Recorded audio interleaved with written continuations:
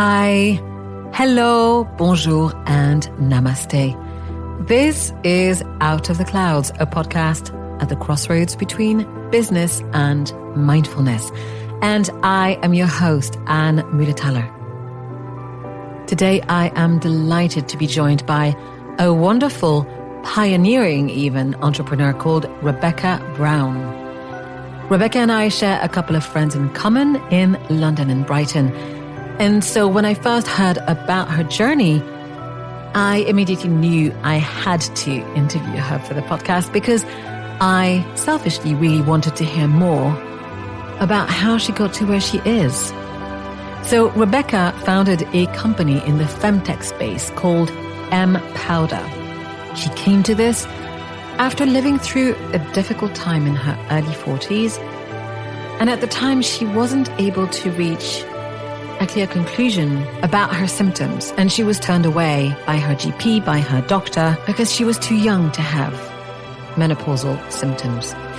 And yet. So Rebekah explored possibilities that she found available to her before turning her findings into a powder, a product that could serve a community. She has become a very eloquent proponent of midlife being a superpower in women's lives. And so without further ado, I'm going to stop talking and let you listen to her story directly. And by the way, men, don't shy away from listening to this interview. It's really fascinating, and I think all of us have a lot to learn about. So I hope you enjoy my conversation with Rebekah Brown. Rebekah, it's so lovely to meet you. Thank you for getting here today and welcome to Out of the Clouds. Thank you for having me. So I would love to ask you first to maybe tell our listeners who you are and what you do. Tell us your story. Wow, that's a big question. So my name's Rebekah. I'm the founder. I often describe myself actually more accurately as chief guinea pig, but I'm the founder of a company called MPowder. We are essentially a community of curious minds in midlife that have come together to co-create products with experts that address specifically the biochemical stages of menopause. And the story behind that is a very simple one. I was traditionally, my role historically has been as a planner, and MPowder really came about as a result of my own perimenopause journey, where I got quite sick. I, like many women, went to the doctors with symptoms I really didn't understand or associate with menopause because I was young, for one. I was 43. And also those symptoms were so broad-reaching, I wasn't able to join the dots. I didn't know enough about what happens to our bodies during menopause really to understand. So I was suffering from anxiety. I had bone ache. I had hormonal acne. I was bloated. And I think one of the hardest things for me is in the career that I was in at the time, a lot of my job was around presenting and sort of noodling and thinking on really deep topics for companies and then presenting back recommendations. It required quite a sort of a robust approach to research and also the kind of confidence to land somewhere and present your recommendations back. And I lost all my confidence during perimenopause. So I went from being someone who'd done this job since they'd left uni to someone who really felt incapable of presenting and kind of honing stuff down. I know now, obviously, that anxiety, brain fog, kind of almost like imposter syndrome are very common early symptoms of perimenopause. But at the time I had no idea. I just thought that something was horribly wrong with me and with my brain and my body.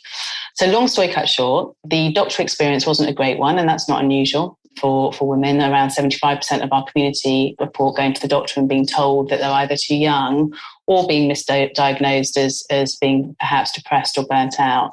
And that happens, understandably, to a certain extent, because doctors are woefully short on time. And they're also very rarely trained on symptoms associated with menopause in enough detail to be able to join the dots as well.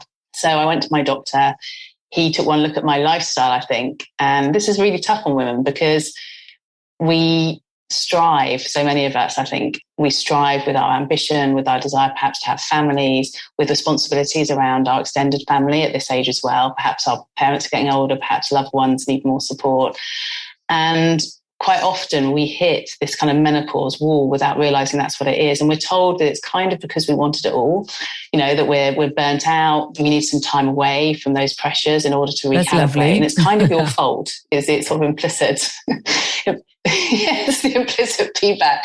And that was what happened to me. I think the doctor in question was my doctor for a long time, and I've got a huge amount of respect for their knowledge, but they took one look at my lifestyle and assumed that was what was happening. I burnt myself out because, I dared to have a career that required a lot of focus, as well as having children and as well as having aging parents. And that just wasn't, manageable.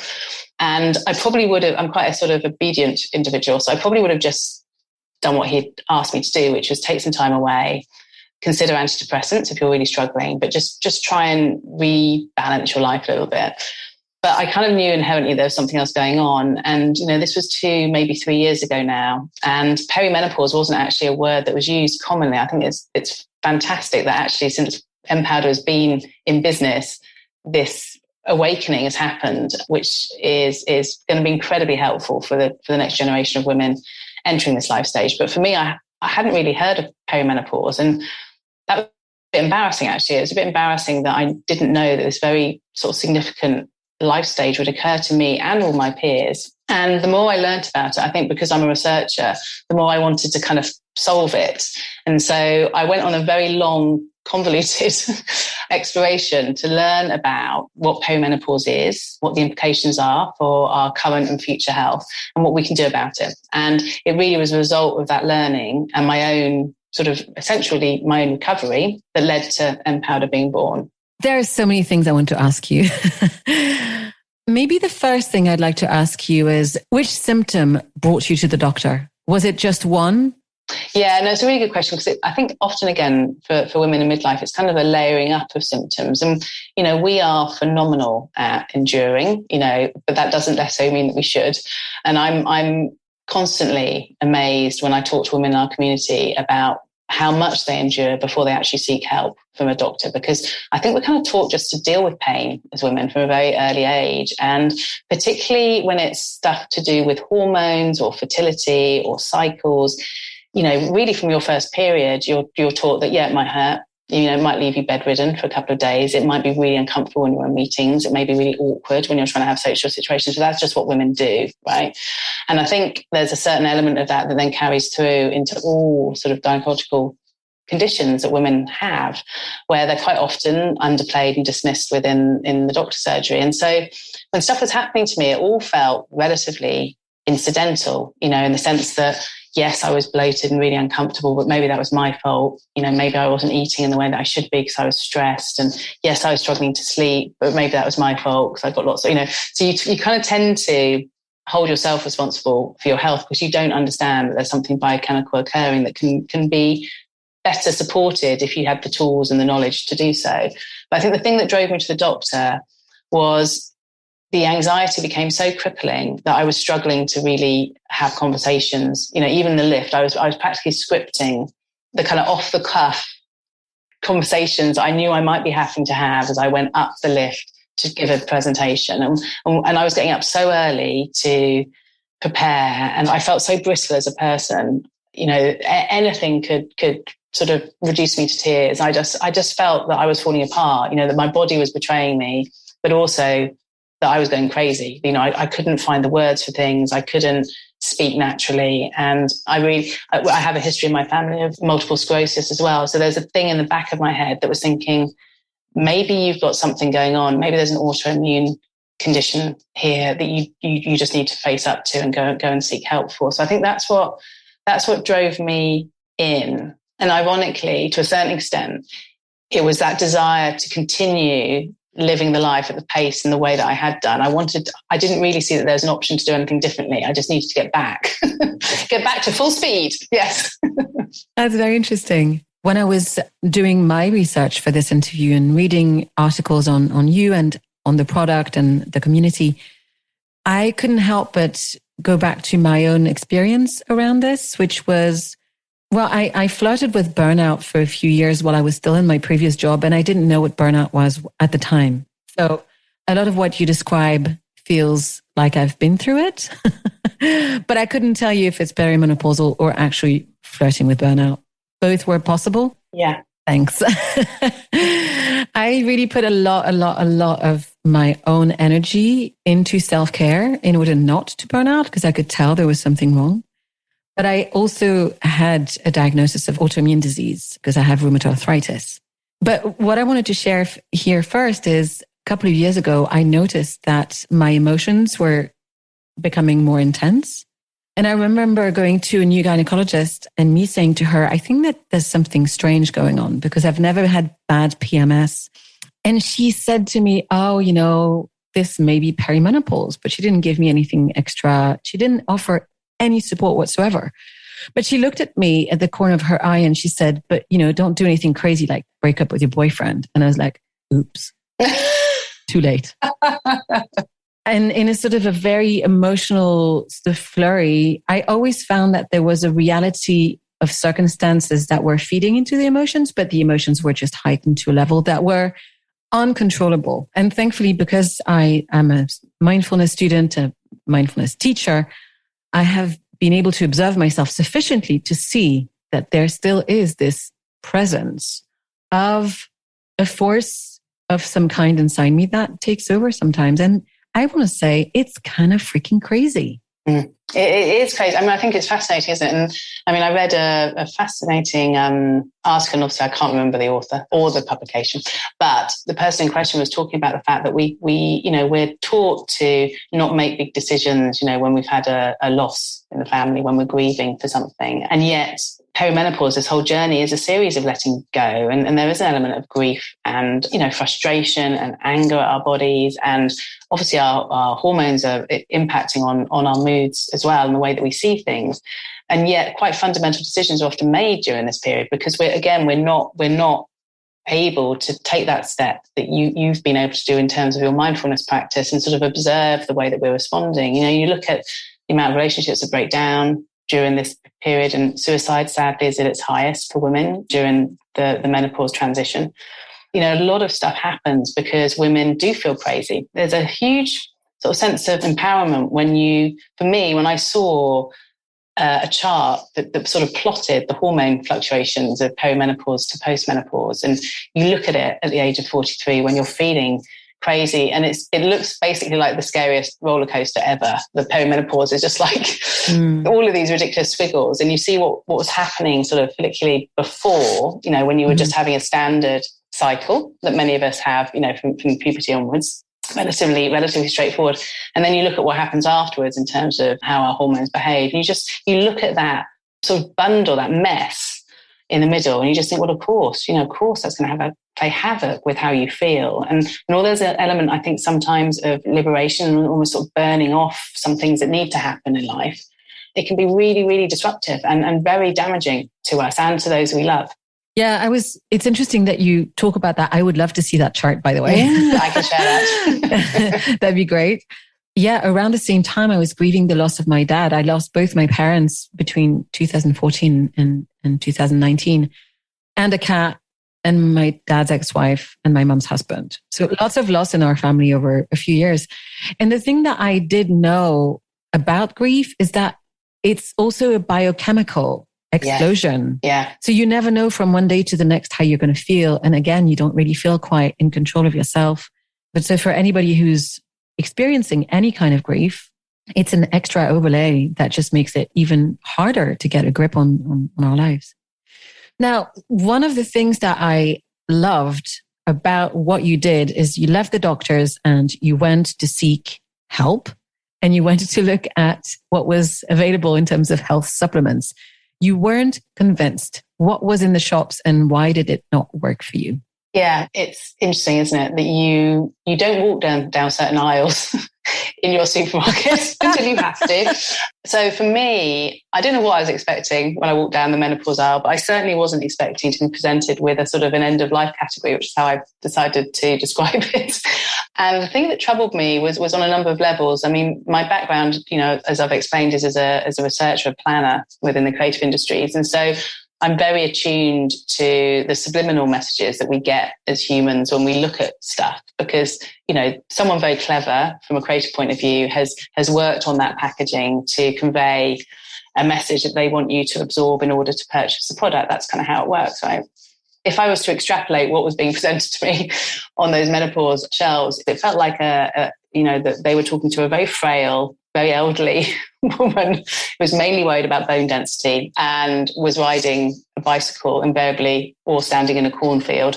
And just everything about it was at odds with what I felt I was as a woman, but also all of the individuals I knew who were a similar age and therefore would be going through the same biochemical stage as me, even if we hadn't been talking about it to each other yet.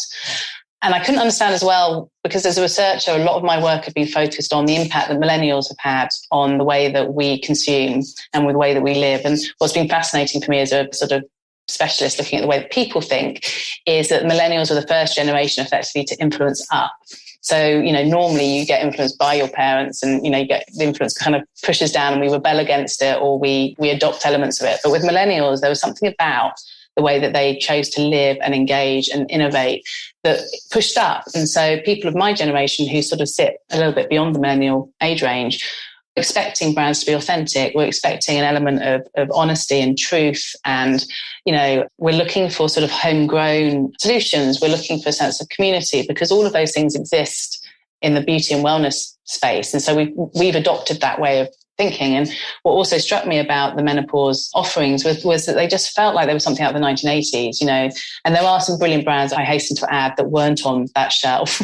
When you generally go into these stores, particularly if it's one of the health food chains or it's your local supermarket, which is where many of us begin looking for supplementation, then it was overly dominated by pharmaceutical companies. And it felt like they hadn't addressed this space since the 1980s when we were all buying kind of multivitamins and we were looking at the back of packs and really we were just looking for a flavour. We were choosing strawberry or orange. We weren't looking at it and going, is that bioavailable or is that actually a sort of a therapeutic dosage that's going to do anything? And it felt like the menopause space had kind of been forgotten about. And you could kind of feel it in the way that the brands looked as well. It just felt like it was a dusty corner that had been forgotten. And that's quite damaging because, as a woman who potentially has been turned away from the doctor, who's feeling, as you say, almost crazy sometimes, but totally alone, perhaps in their journey, unable to have a conversation maybe with their peers or with their work colleagues because it's still a tricky subject to talk to. And then you go sort of instinctively to your health food store because you think, well, maybe I need some nutritional support. Maybe that's where I need to begin. And what you're presented with is a really bleak picture of what aging is for a woman. And you're presented with products that basically are going to do very little to help you. And that can be like death by 1,000 cuts. And we often find women in our community, particularly women who've had their menopause. And so, a few years further along the journey than I am, that they would have cycled through pretty much any product that you could name. And it's been a catalogue of overpromise and disappointment. And if you're not careful, that just sort of cements their view that they've just got to push on through, and this is basically life now. And that's awful because there are tools and support and practices that can help. But if you're not careful, by the time they get to those, they've kind of given up and they're tired of trying. Sure. And also their body has evolved. They may have lost some of the vitality and other essential qualities that made their life more qualitative beforehand. Anyways. Joy. I mean, it's really hard to find joy when you're feeling rubbish. You're feeling rubbish pretty much every day. Yeah. Now, you describe yourself as a problem solver. And so you go to Superdrugs or wherever and it's not looking good.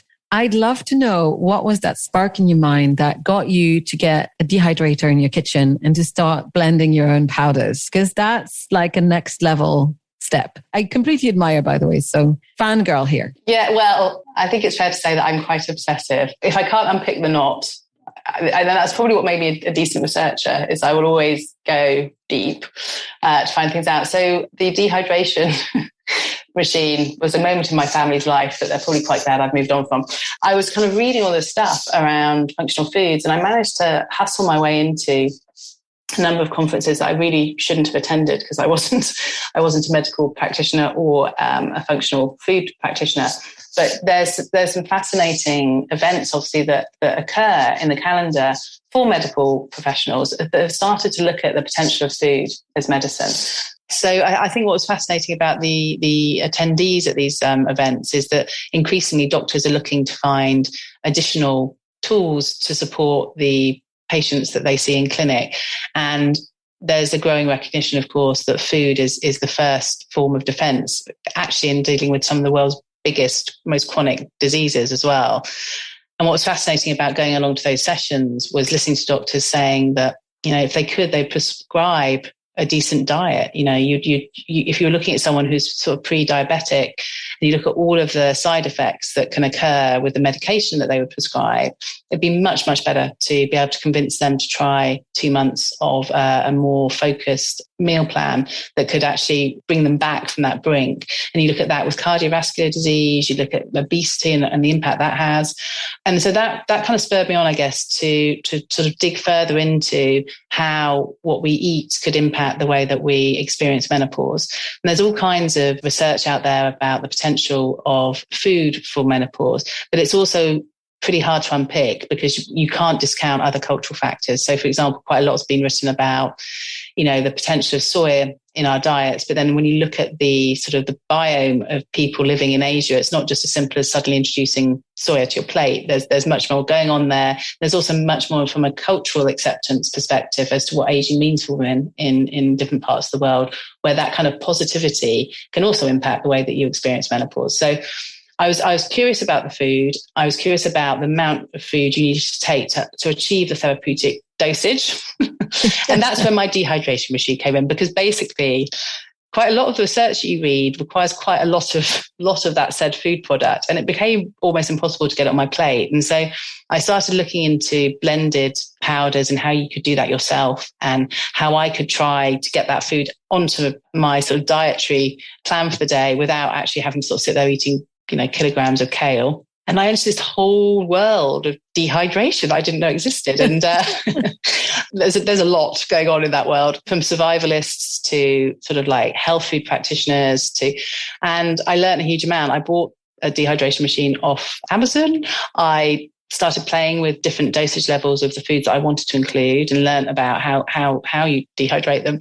And I ended up with this powder that was absolutely disgusting, but I started to feel better. And I always, when I tell this story, I think a number of things were occurring. I think I had, by that point, almost become, I'd say, 90% plant-based in the way that I was eating, which was a departure from how I used to eat before. I was having a really rich and varied amount of vegetables. And because I was being planful about the kind of fruits and vegetables that I was including, it was making a huge difference to how I felt. Everything felt more mindful and considered and nurturing, just because I was caring for myself rather than grabbing something from Pret. But it's obviously not sustainable. And also I was doing other things as well. But what I realized was that there was huge potential in food and botanicals and vitamins and minerals if you got them from the right sources. And that really was the beginning of the development of the recipes for MPowder. So I realized very quickly that obviously I'm not a medical practitioner, I'm not a nutritionist or naturopath, and I needed to find people who had got the in-field experience of working with women in midlife, but also had the robustness that I always like to bring to research, so that they would help me understand and kind of whittle down the ingredients that could be a helpful foundation layer for women at each of these biochemical stages we go through. And that's kind of where the recipe development for our product range began. So from dehydration machine to people who really knew what they were talking about, we kind of evolved along this, and that's what we took into trial with our trialists. That's awesome. How long ago did you get a go-to market with the first product? Oh, it's a year ago, last week. So we're a year old now. Wow, congratulations. Yeah, thank you. Yes, it feels a lot longer. But the first year of shipping something was really quite an emotional experience. Because I remember there were sort of two moments of, extreme nervousness for me. The first was the trial, which happened during the pandemic. In fact, our whole life really has happened during the pandemic. But sort of sending out your product to people you've never met, 50 people you've never met, to try it and to feedback honestly. I remember sort of sitting in my garden, because it was a very early sort of hot spring, wasn't it? And this was May time, and just thinking this could all go horribly wrong. Like, what if they hate it? Like, what if I make them feel ill? What if it doesn't work? What if, I get shamed by this effort? It's come from a really sort of private experience as well. And suddenly I'm becoming a face of menopause. How do I feel about that? And sort of going from that huge sense of fear to, within about a week, such a sense of sort of generosity and gratitude, that women were willing to feedback and were willing to share and support me in getting it better. It was a real lesson in human kindness, actually. And then when we started shipping, the fact that someone would buy it, I don't think I will ever get tired of the excitement that comes from someone else finding our brand, but that first sale, stays in your mind. That is so exciting. So one of the things I really enjoyed reading on your website is your mission. And it reads, the mission of MPowder is to reframe midlife as a superpower. Can you talk to us about that? Yeah, I think there's two things that we're really focused on as a business. One is co-creating products and services and solutions that enable women to take agency for their health at this life stage. And that is about layering up and working out what works for you, because everyone's menopause is entirely different. And the second thing is destigmatizing what has been historically a really awkward life stage for women to talk to and for society to recognize in the West. And what troubles me most is that at the heart of that lies a sort of a discomfort I feel with being female. So with our hormones, full stop. Our generation and our mother's generation, our grandmother's generation were taught to hide that femaleness effectively, to leave it at the door when you go into work, to hide your tampon up your sleeve when you go to the toilet, to not talk about pain, to not talk about difficulty in doing things at certain times of your month. And what I learned quite quickly in researching my own menopause journey was the power of our hormones if we can harness them, and if from an early age, instead of dreading your monthly bleed, you actually learn when you're most creative in your cycle. When should you be doing endurance sport as opposed to resistance training? When are you most likely to be, on that supercharged mode that we all have every month, where suddenly you could basically be running 3 countries and still have time for, watching Netflix at the end of the day, to the other times in the month where you feel quite depleted and vulnerable, but there's often quite a lot of creativity and deep thought that can come about. And so that's really what we're looking to do. We're looking to encourage women to reframe menopause and midlife as a life stage and see it as a stepping up point, because a bit like that hormone cycle I was describing, as you go into menopause itself, obviously your hormone cycle becomes very different and eventually changes.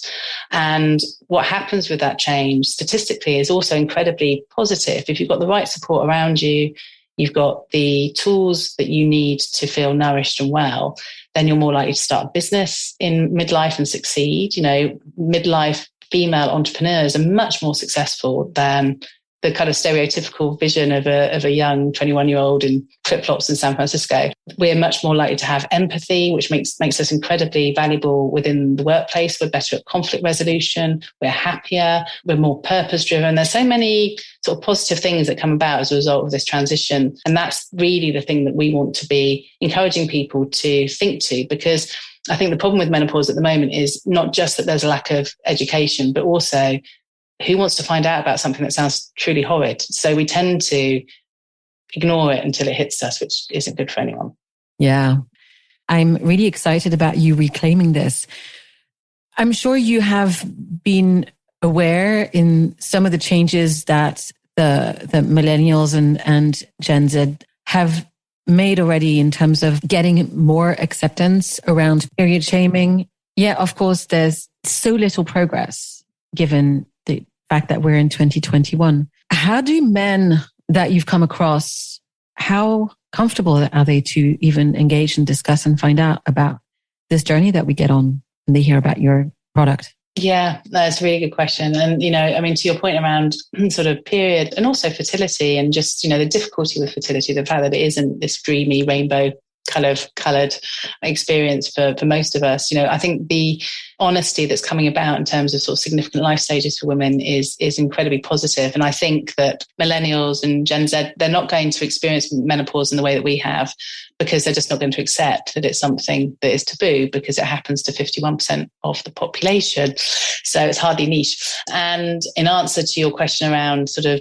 talking to men about menopause, I guess there's two experiences that I can talk to. One is the experience of trying to raise funds for menopause product, which was incredibly challenging. I have a huge amount of empathy, actually, because I think what occurs in society around taboo topics is there's a recognition usually on both sides that it's uncomfortable, and no one likes to make anyone feel uncomfortable. And so it's very rarely something that's sort of a deliberate ignorance. It's something that people just don't know how to broach. And so what I found with my conversations with VCs, where invariably I'd be talking to a male, invariably I would be older than him because I was a mature entrepreneur. It was just incredibly uncomfortable for them. It's like watching, no one likes to watch someone sort of squirm. And so I used to have to begin my pitch as a entrepreneur, and bearing in mind, you very rarely get more than 30 minutes with these people. So every minute is precious. And I would say about 10 minutes, any pitch time I was allotted was spent educating them on the biochemical stages of menopause, because they just didn't know. So you'd have to go into the meeting and waste precious slideware telling them, and the only way I could do it in the end without causing extreme discomfort for all parties was actually to use myself as an example and to sort of pop the discomfort with humor. So I used to start it almost like a confessional. I'd say, my name's Rebekah, I'm perimenopausal.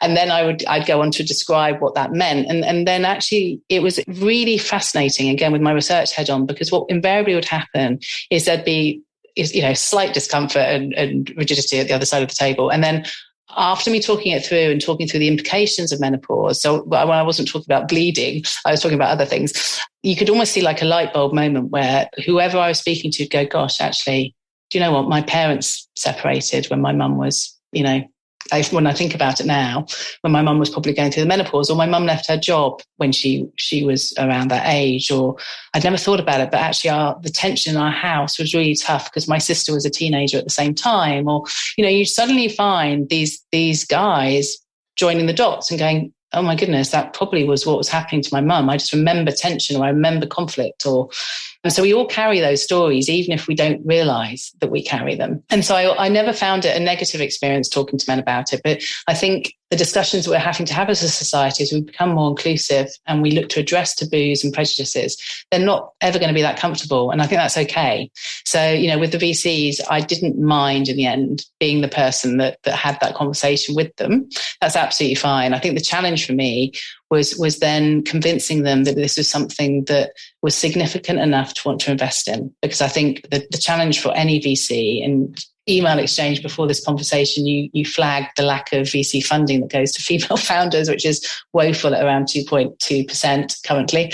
But I think it's very hard when you're backing a horse, which effectively is what people do when they invest in really early stage businesses, to invest in anything that you haven't got either personal kind of experience of, or you feel totally embedded in as a sector. And I think that's the biggest challenge with menopause. To a certain extent, it's a challenge with Femtech, but Femtech has managed to do a bridge between tech and females. And so there's an element of them. If you label yourself as Femtech, you're much more likely to get investment than saying you're a menopause product. Yeah. Actually, I was looking for another article that I read only a couple of weeks ago with a female founder who's on her third company, I think. And she gave very, very interesting, very direct feedback as to what her experience was. And there was a piece in Crunchbase around inclusivity. And yeah, I mean, I think that it must be very difficult as a woman founder to go and defend something that's particularly important to women, that women themselves don't even talk about or know that much about. And then on top layer the lack of funding that goes to women in general. And these are a lot of stacked problems. So I have to congratulate you even more for the fact that you raised... It's around 500,000. Yeah, amazing. What has that enabled you to do from your early beginnings to that round of funding? What is the next steps for MPowder? I was very lucky in the sense that I feel that the people I got around the business were there for a reason beyond sort of backing the horses that we were just talking about, that they were really sort of purpose-driven individuals with really specific skills that I've been able to tap into in the last year. So what the funding allowed me to do was to take the trial to commercial production and sale, and then to instigate another trial for our second product. So I had funded personally the first trial of the Peri-Boost and sort of, basically cashed in the profit I'd made from business I was running previously, which was a planning consultancy, and just thought, I deserve to give this a go, and if nothing happens, then that's fine. But I need to do something with everything I've learned. And so I felt relatively comfortable about investing in getting it off the ground myself. And I think it's really interesting because I think women as entrepreneurs are often very different in the way that they approach funding and also the due diligence they apply to the way they spend. And that can sometimes be a blessing and a curse. And I'm very cautious in terms of the way that I spend. And I was very cautious in the figures in my forecasts I went to market with. And when I look now at some of the decks that I see now as an entrepreneur, because it's a very small world actually, and you give back, you're constantly seeing docs and helping people with docs and connecting people, because that's how I found the connections I needed, was people being kind to me. And I'm always fascinated when I see a female's deck across my table for comments. It's literally down to the last penny in terms of how they're going to spend, what their 5-year plan is going to be, how, and it's usually very cautious. They'll usually include 2 scenarios, one that's kind of bold and one that's more measured. And it's very different. You could almost guess the gender in terms of the way that men will often present their ideas. They're much more confident and bullish, much less in the detail. And that's not a criticism, because actually at that stage as a business, it's almost pointless to go too far ahead with the detail. And I completely agree. We as women tend to tie ourselves up in knots in time, because we have to validate even the right to have the conversation, which I think is a shame. But yeah, I'm very lucky in that the people that came on board were incredibly helpful. And we're now, in terms of next steps, to answer your question, we're doing it again. So we're looking at following a year of what I would describe as proof of concept, really tough year for everyone, I think, in terms of the e-commerce space, with the pandemic in the UK, obviously with Brexit impacting on making stuff. It's been really, really hard. So we're looking at funding again, and then that focus will really be from proof of concept to proof of market, and then hopefully international expansion. I was wondering about that. So here's the thing that I'd like to ask you about, because we've touched a little bit on your experience as a founder and the difficulties of course, that we as women have, whether younger or older, to actually be able to break the taboos and get the help we want, because there's not enough research around women's reproductive health issues in general. But I read that the menopause market is set to be worth 4.47 billion by 2023. And given the fact that no one talks about it, I mean, you and this other naturopath I know talk about it. So basically, yeah, exactly. So what's the opportunity out there for you and anybody else who's interested in actually starting to tackle the 51% of the population that need help?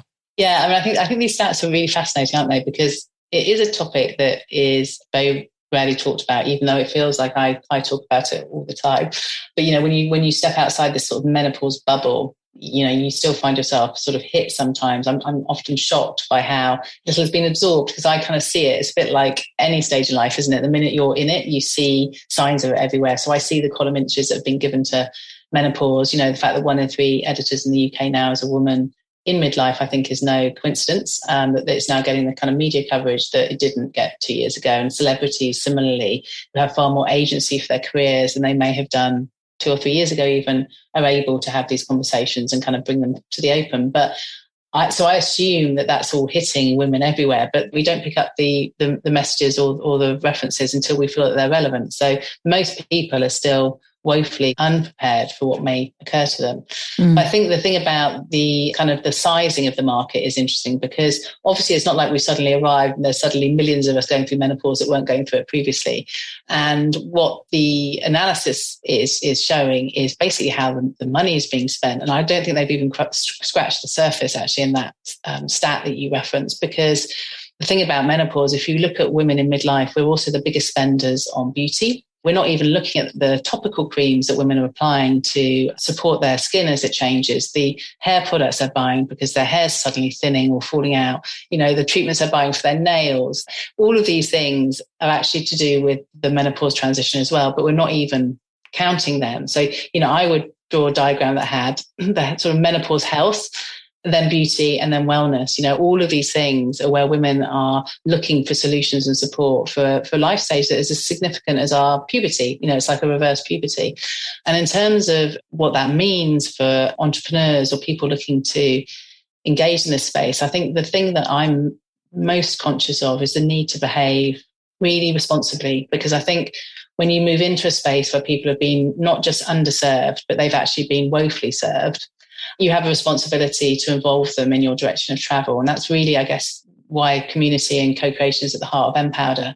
I think there's something quite worrying about just pushing to market stuff, stuff that hasn't been researched, stuff that hasn't had women's voices at the heart of it, because what women in midlife feel is silenced. All of us feel that we're less relevant, less seen, that the brands that we used to engage with suddenly don't represent us anymore. And so what would worry me about this space, with the price tag that's now been sort of put on it, is a sort of like an influx, almost like a gold rush of stuff. And I think actually it needs to be, we need to take agency as individuals in this space. And a lot of businesses in the menopause space are just that. They're women who have had particularly bad experiences themselves or have witnessed loved ones going through a difficult menopause transition, and they're wanting to do good things.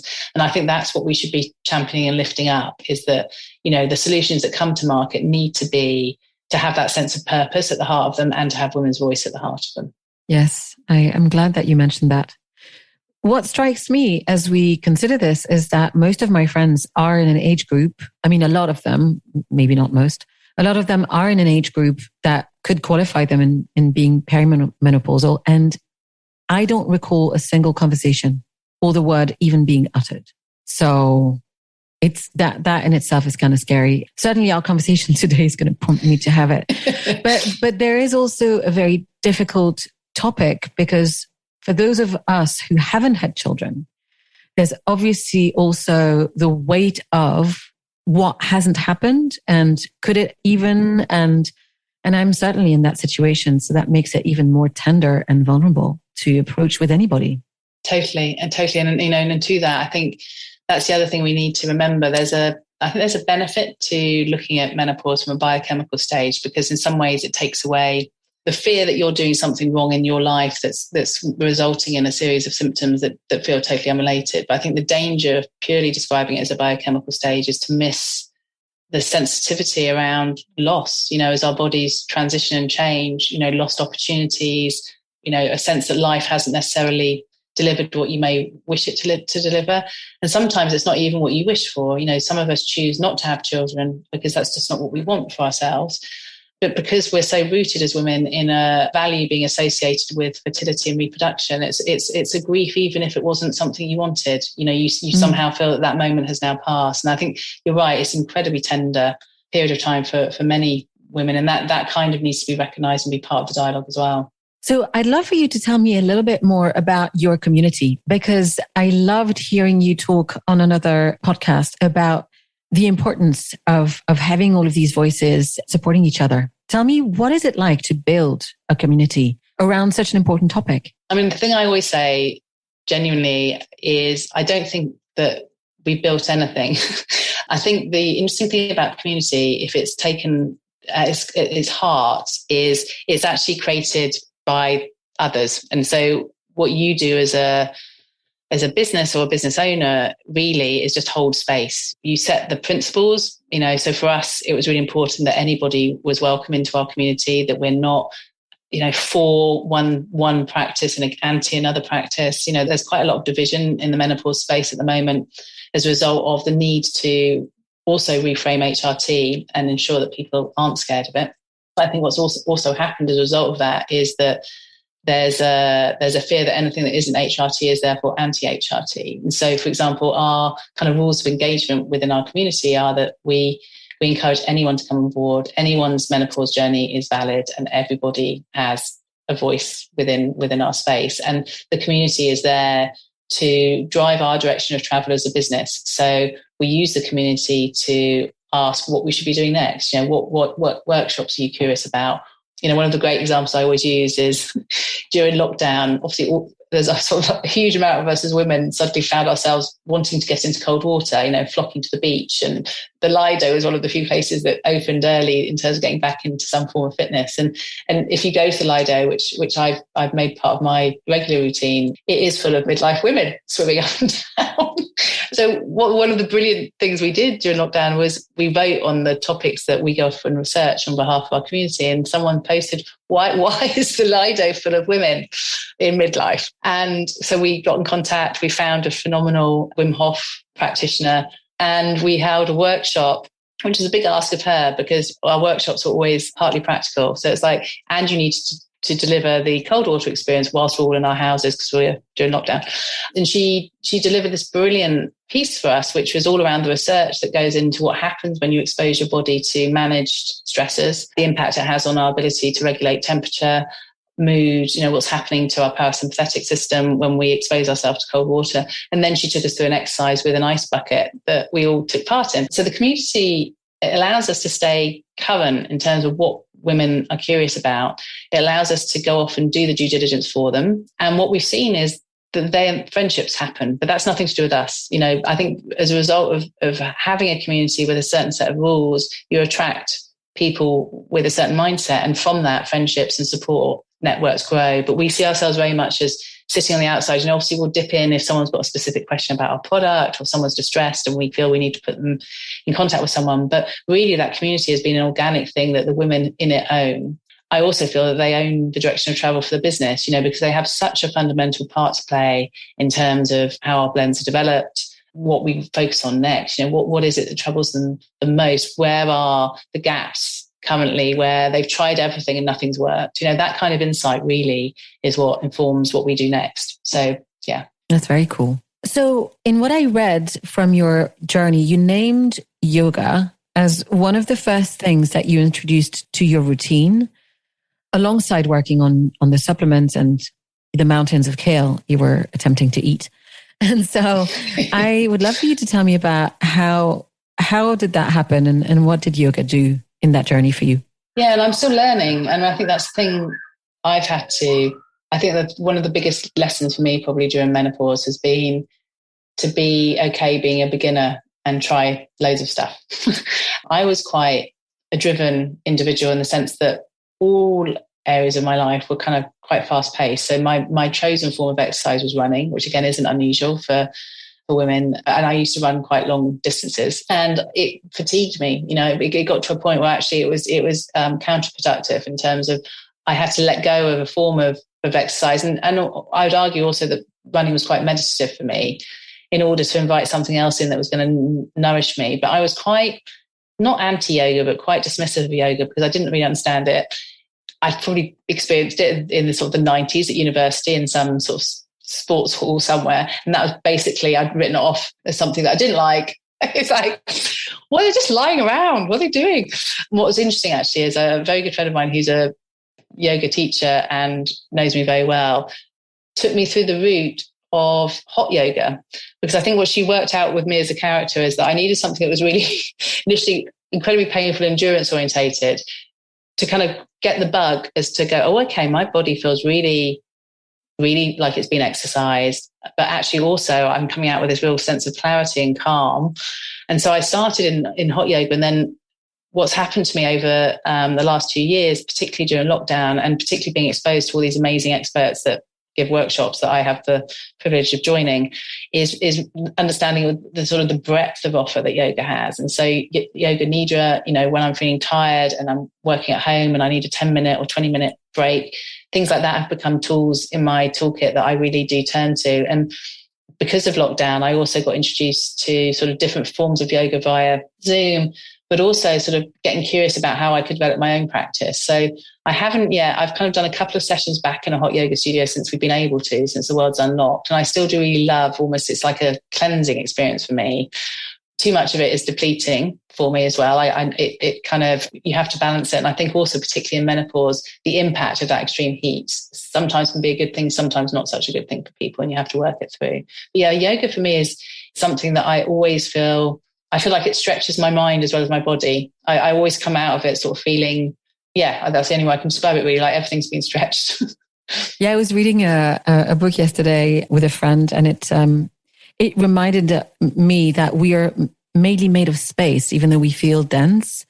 But yoga is one of the ways that I find spaciousness in my body and in my mind as well. For people who don't have a yoga practice, I just want to offer that hot yoga indeed is like, it's a very intense cardio depending what the heat levels are in the room, which starts at 30 degrees but goes up to 38 degrees. Is it vinyasa, hot vinyasa that you do? Yeah, well, I actually started with Bikram, which is almost, I mean, within yoga circles and also in terms of, just ethical circles now is an area that you see less and less Bikram studios for very valid reasons. For me, the static nature of that as a sort of joined together practice, it was a really easy entry level because the flow, I think, is sometimes the thing that troubles people and makes them feel lost in a class that moves at pace, whereas there's a sort of pragmatism to the way that the Bikram series worked that almost made me comfortable enough to then explore other things. Sure. Yeah. And also the great advantage, especially when you're a straight beginner, is that you get to see yourself progress because you do the exact same poses wherever you go, wherever you are in the world when you step into these classes. And I see that. And I do find that they are incredibly meditative because the truth is it's impossible to think about something else after 5 or 10 minutes. Absolutely. I totally agree. And also there's a meditative nature to the repetitiveness of a sequence that never changes. And yet your body changes every time you go into the room. Sure. But I want to tell you that my first ever Bikram class, I was in East London. I was in Old Street. And does it still have the carpet? Oh, no. Oh, I know some of them. Yeah. Yeah. But I remember one of my colleagues, Fabrizia, who was this very gentle Italian girl. She had told me she was competitive when it came to Bikram, which is hilarious. But thankfully, she'd explained to me what it was because honestly, after half an hour, I remember lying in a corner of the studio because they tell you have to stay in the room. Yes. Whatever you do, don't leave because you have to get used to the heat. And I remember where I was and I was like, why am I in hell? Like, this is hell. Oh, it's horrible. Yeah. But of course, after 3 lessons, suddenly it was like, oh, it's actually easy. Though it was hard to catch my foot from it being too slippery. Yes, there's a lot of sweat. No, I remember taking a gentleman that I knew from football who was struggling with arthritis, and I took him along because my husband actually found it particularly useful for his own arthritis.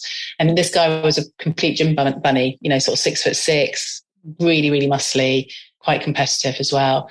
And he was so cross with me that it probably took about a month to repair the conversation enough to be able to talk to him again, because he was just really angry that he'd been exposed to this hideous, because it is horrible. I mean, so much about it's horrible. You just have to not think about it too much. I'm not sure we sold it for anyone, but yeah. No, it's worth a try, I think. So in what I heard you speak about today and in other interviews, I hear that both nutrition and movement are really important. So do you have any advice or thoughts that you'd like to share for women who are in midlife and who feel like they need to change something? I think nutrition is always a good place to start just because it's a foundation layer. And if you can get yourself feeling a little bit more energized, which food has the capacity to do, then everything else becomes possible. And because women are so ridiculously resilient, we don't need that much more. We need a percentage or 2 more in a tank. And then you've got the energy sometimes to get off the couch and do the other things that you should do. So I think nutrition is the best place to start for many of us in perimenopause. Also, there's a simplicity to nutrition that we often forget because we're sort of bombarded with dietary messages and bad foods and good foods and no sugar, no caffeine, no alcohol, all of this stuff. But it is relatively straightforward in terms of what we should be looking to do. And it's about ensuring that you're getting enough protein. Many women don't get enough protein in their diet. And the best way to do that actually is to start by looking at your breakfast. We often say to our community, just start there, because breakfast is one of those meals where quite a lot of us rely on, sort of the white carb family. We might be having cereal in the UK or toast or a pastry, that we grab on the way into the office. But if you can actually look to include sort of protein, some complex carbs and some fiber at the beginning of your day as step 1, and then just start looking at the way that you're eating and the vegetables and the the protein sources that can really deliver more bang for their buck effectively, that's a great place to start. It doesn't have to be a ridiculously complex supplementation regime. If you can start with food, that's great. And then the second thing we would always say to people is do have the conversation with the doctor, but go to the doctor armed with a little bit of perspective of where you feel you are, because they do only have 10 minutes. And quite often they will not have had the training in menopause. So you may find yourself arriving in a surgery almost with a little bit more of a perspective on what you might be with than they will have. But there's so many sources online now. There's letters you can print out and take with you. There's questionnaires you can complete and even track your symptoms for a few weeks, so that when you go to the doctor, you've kind of captured all of the things.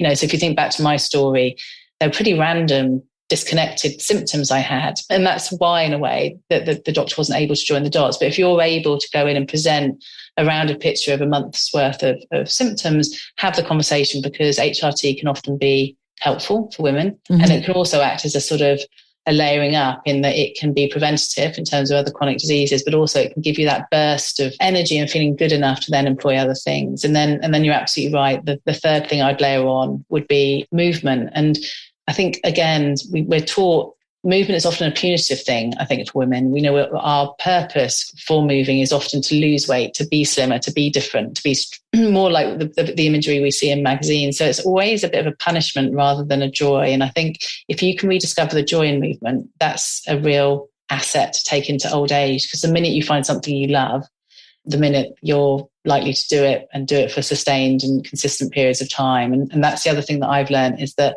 I genuinely love going to the Lido, but I don't stay in the Lido for 40 minutes to get my calorific, burn, because it's really cold. But, I love the sort of 10 to 15 minutes of cold water swimming, but I see that as a sort of form of therapy rather than a way to lose weight. And similarly with yoga, I see it as a way to stretch, or your lovely description of finding space, rather than to work on muscle tone. But then what's fascinating is, because you're being consistent, all of these things come as a byproduct of doing something you love. One of the things I say to everyone entering perimenopause is, if you can nurture that beginner's attitude and a curious mind, try stuff, because there's so much stuff to do with movement out there that's genuinely joyful. It's really hard to dance in a room and not smile, for example. So sort of discovering those things often lead you to be more active, and then that's great for your hormones, but also for your state of mind. Thank you. I think that's very helpful, and I appreciate you layering these different pieces of advice. That's making me think about my breakfast. And as for movement, one of the things that I find very important in your story, but that I feel like is also my course of exploration, and the reason why, even though I'm a consultant, I'm also a meditation teacher. I've become a certified yoga teacher, and now I'm becoming a coach. I'm very curious about the mind, body, soul, heart connection. And the truth is, when our bodies show and scream of discomfort, we have to listen, because they're really trying to give us a signal that something is going on. And most of the time, I find that we don't pay attention. So yes, one of the ways to make them feel better, our bodies, is to follow their own instinct, like you were saying, as to finding the joy in movement. I have recently, I think it was in June, July, I started doing bar with an amazing French ballet dancer. Oh my God, she's so much fun. Yes. So much fun. And she's so silly, and her workout is so hard, and it makes my legs look so good. Oh my God. Perfect. Win-win. I think that's the thing, isn't it? We talking to the cold water expert that we had for this workshop. She had gone through her own personal journey of extreme illness. Actually, she had a extreme sort of set of allergies that made living, like basically being inside or outside, almost impossible. And she got so sick that it was one of those things where her doctor was just looking at her and going, don't know what to prescribe next. And she signed up to do the Wim Hof training at a really, really low point, where she was on another round of antibiotics. She'd been off work for like 4 months. Every time she went back in, she caught whatever was going on in the office. She was so depleted. She just thought, this seems absolutely ridiculous. I'll give it a go. And she sort of like puts it down to that sort of haze you get when you're sometimes ill, where you're kind of looking through the fog of various cough mixtures that you've been probably over medicating on. One of the things that really stayed with me from that talk was, she said, I learned that if I listened to my body when it whispered, I wouldn't have to hear it scream. which I just think is a brilliant lesson for all of us. That's huge. That's absolutely huge. I used to say, so my ex-boss is quite famous, Christian Louboutin, the one who makes shoes with red soles. Yes, I've heard of him. Yes. And for a really, really long time, I used to say to people that he had a better inner voice than other people, because sometimes he would maybe uncomfortably put me or somebody else in a position where we'd need to cancel a project or change something that that I personally felt a way of changing.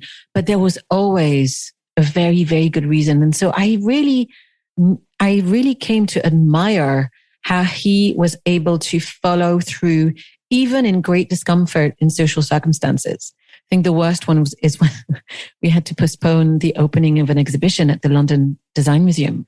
Wow. When the posters were already up on the buses anyway. But he was right. We weren't ready. And everybody else was, including me, was plodding along, pretending it was going to be fine. And so for years I said he has a better inner voice than other people. But then it turns out he doesn't. He just listens to it. Yeah, that's amazing, isn't it? Yeah. Yeah. And we don't. Yes. And I mean, no. I'm trying to, but so I think that ties in nicely with I think one of the last questions I want to ask you. You talked about how the course of this change in your life and what you discovered in this journey of perimenopause and entrepreneurship was a marker that drove you to being more honest and more in integrity with your life. I'd love for you to talk to us about that. Yeah, I mean, it is a really interesting segue actually from your reflections on your boss. I think there's an element of, well, for me, an element of me throughout my adulthood, really, when I think back on it, where it was performative.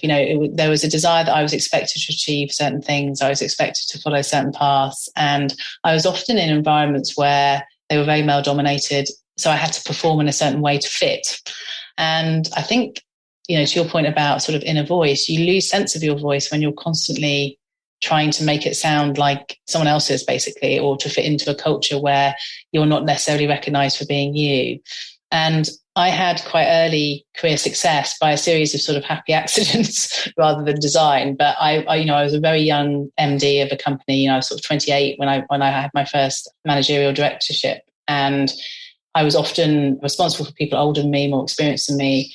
So I kind of built up this armor and this way of being that was almost like an extreme version of me. And I think what I've learned through my own menopause journey is that vulnerability is actually what draws us to each other. It shortcuts all kinds of very beautiful, valuable connections. And I'd held myself quite tight and been a certain character. And I was actually quite hard to get to know as a person. And there's something about having to talk about menopause, especially your own journey, all the time. Okay. That opens you up. And I think what I learned as well is I've learned over the last 2 years from the community. I think what I found fascinating, the thing about being a researcher is it gives you permission to always be on the side because you're always listening. So you're always absorbing. And so you couple that with my need to be performative as a leader at a very young age in a very male dominated industry. I think I'd always been on the edges and quite hard to read and get to know. And I kind of quite liked that. I didn't really want anyone to get to know me particularly well. So I was quite reserved as a person. And then it was almost like an unfurling for me, the fact that very few women talk about menopause, but the minute you do start talking about it, our experience is shared, and collectively there's so much value that comes from having the conversation. I've always learned to be more honest and open and vulnerable and to let go, because again, the person that I was heading into menopause was incredibly brittle, because that was my only way of coping with the symptoms. I just got tired of being that brittle, and it hasn't been easy to let go. And really, the business is an extreme letting go. It's a much more fluid, risky operation to give so much over to the community to decide what to do with it and how it evolves. But I'm actually enjoying that because it's so different to how I was before, where I had to sort of micromanage everything, including the way that I was perceived. That I think it's a good thing. And I actually think that maybe that's the liberation that can come with menopause. That sounds very honest.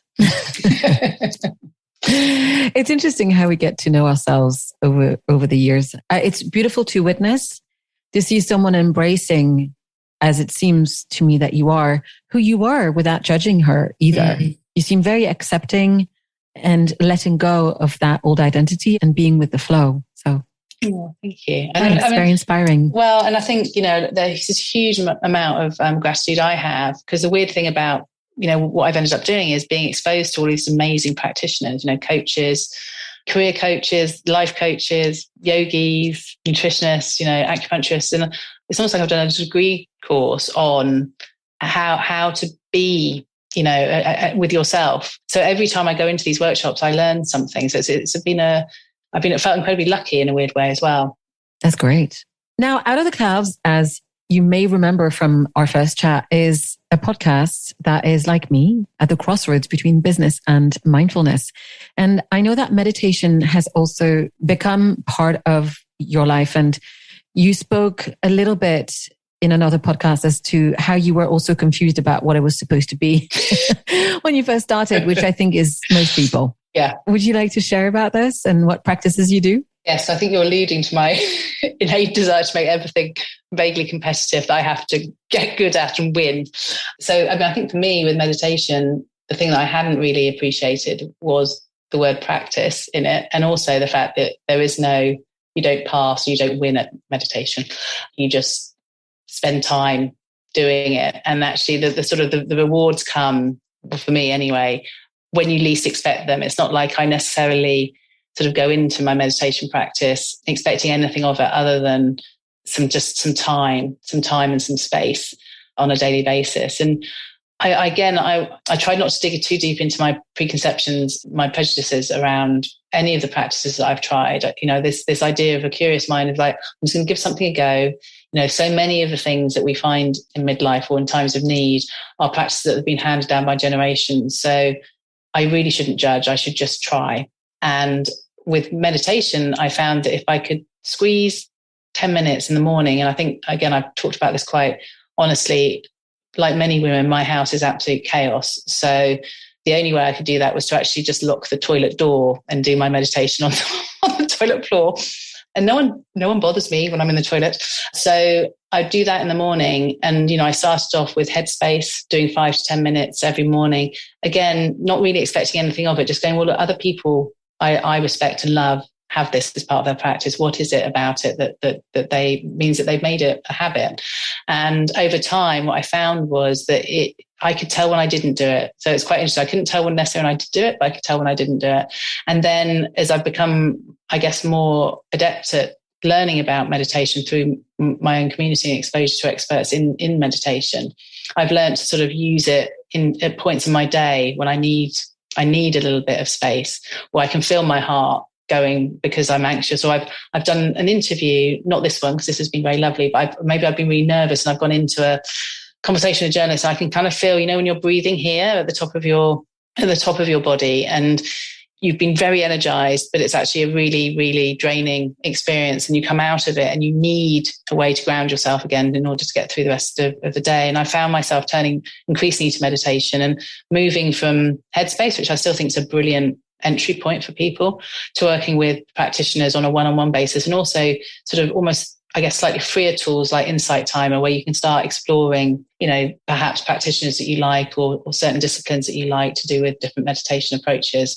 So yeah, for me, it's something I'm really glad I found, and it's something I really advocate for as well, especially with younger people. I think it's an area that's really interesting on the back of the pandemic. And again, there's a really interesting body of research increasing around the impact that meditation can have, right? So it's huge. Actually, the research is everywhere, which is fascinating. And also different types of meditations yield very different benefits, which is fascinating.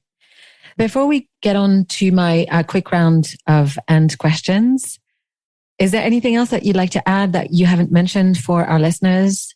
I think that the key thing that I always say about menopause is that it is a biochemical life stage that we should be informed, encouraged to explore as early as possible.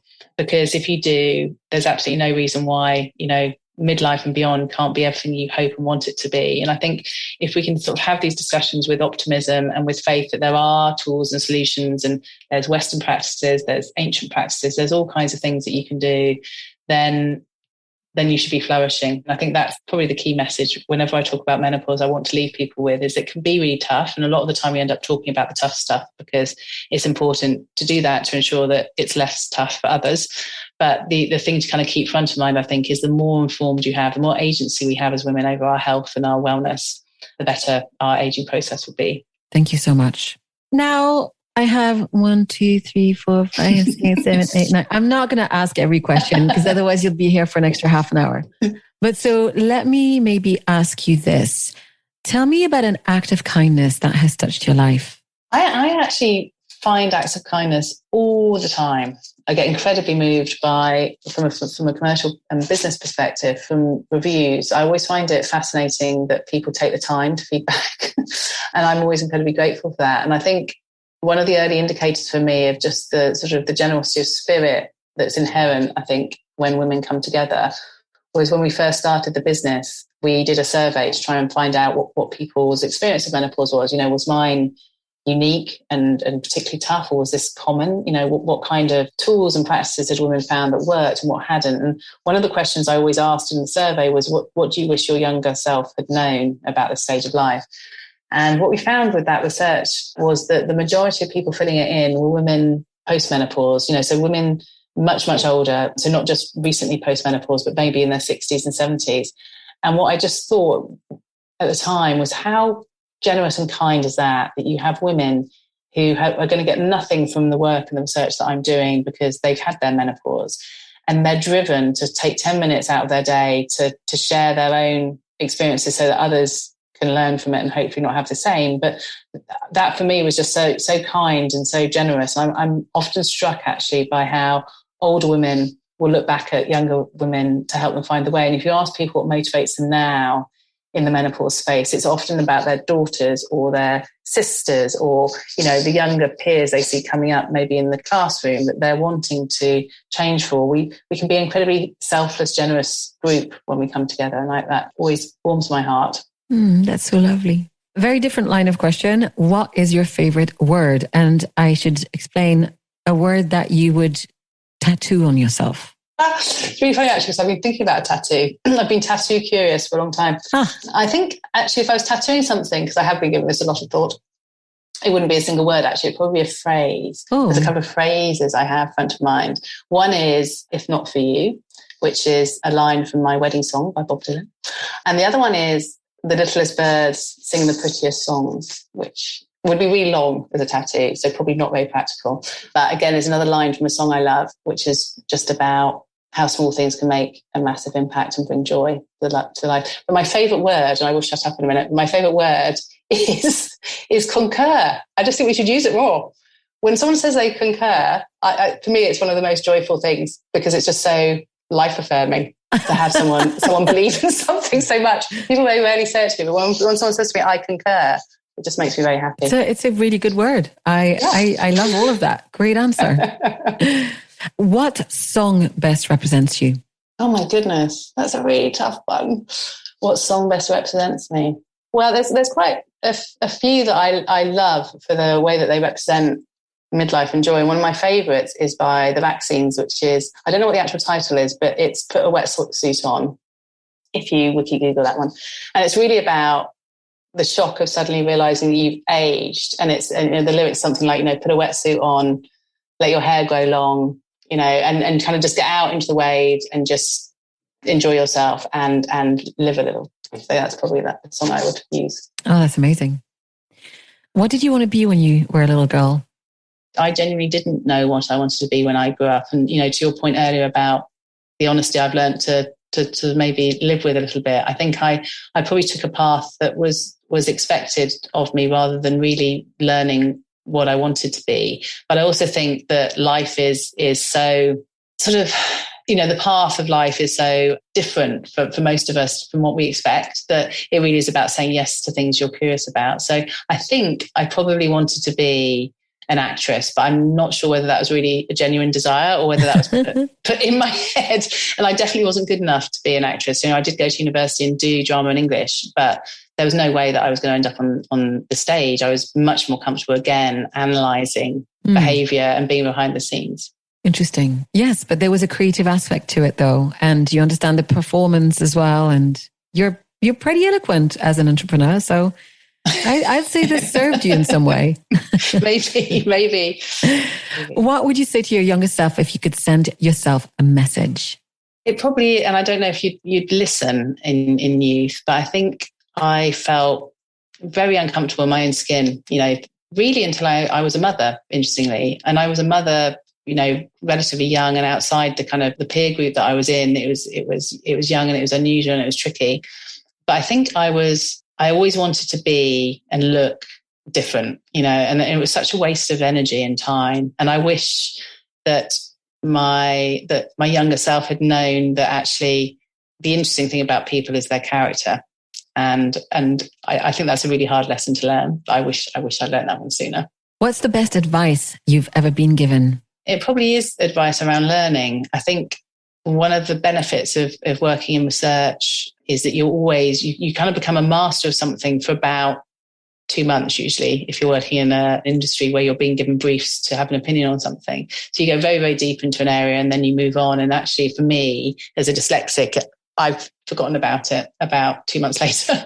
But I used to love going really deep into things. And I think one of the best bits of advice I was given by my grandparents, who were sort of lifelong learners, was to kind of keep learning, to stay curious, to keep exploring stuff and to keep sort of challenging preconceptions and finding stuff out. And I think that's a huge benefit to us as we age as well, to stay curious. Beautiful. What book is next to your bed or on your desk?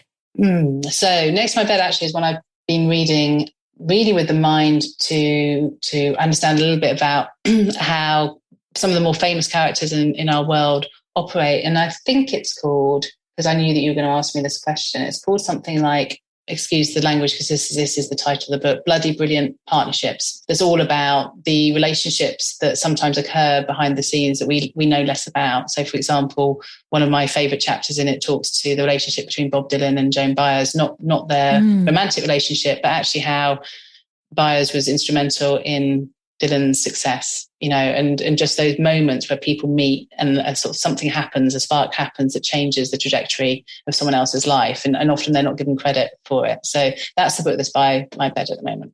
Wonderful. Who is one person that you think we should all know about, but don't?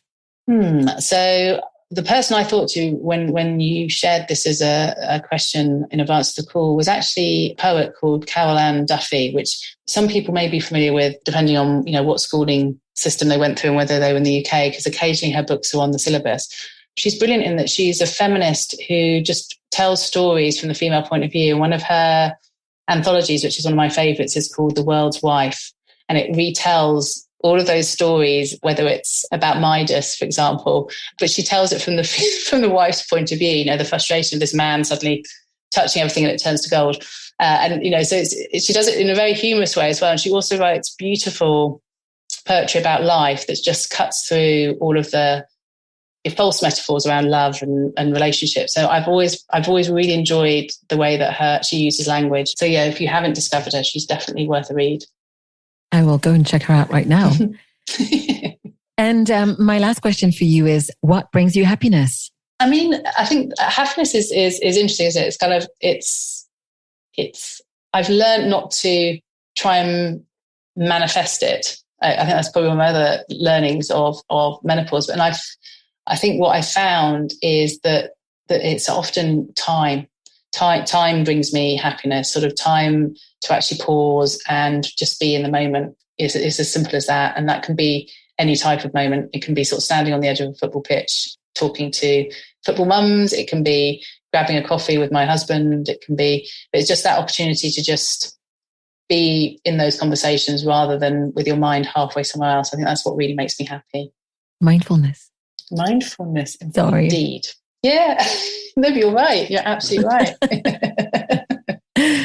Thank you so much for your time. It was such an enlightening conversation. I hope we get to talk again soon. I wanted to ask, where can people find you and find out more about MPowder?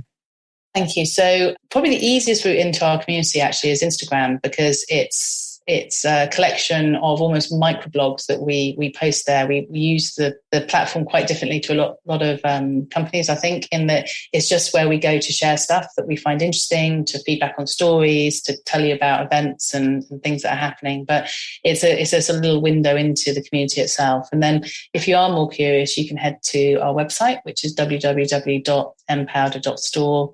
And that's really where you can find out about our products. And then the final environment that we have is a closed space where everyone's welcome. So you just have to knock on the door, and that's on Facebook, and it's called the Powder Room.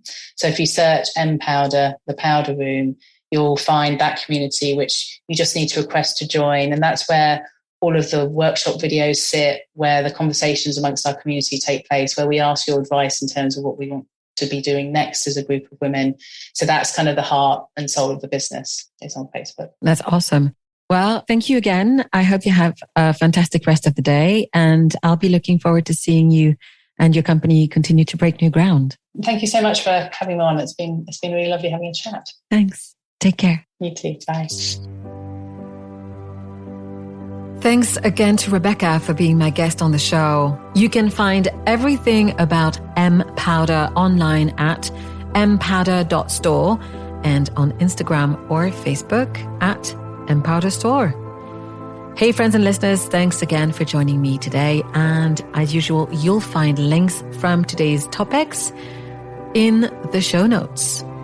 You can also find all of the episodes from Out of the Clouds at outoftheclouds.com, where you can also sign up to receive bi-monthly emails on hot topics, books, podcasts, and other things I enjoy and that I think you will too. And of course, all of them with a touch of mindfulness. If you want to hear more from Out of the Clouds, go to your favorite podcast app and click on the subscribe button, or even leave a review. It's always great to hear from you. If you'd like to connect, you can get in touch with me at Anvi on Twitter, Anne Mulatalo on LinkedIn, and at _Out of the Clouds on Instagram. So that's it for today. Thank you so much for listening. I hope you'll join again next time. And until then, be well, be safe, take care.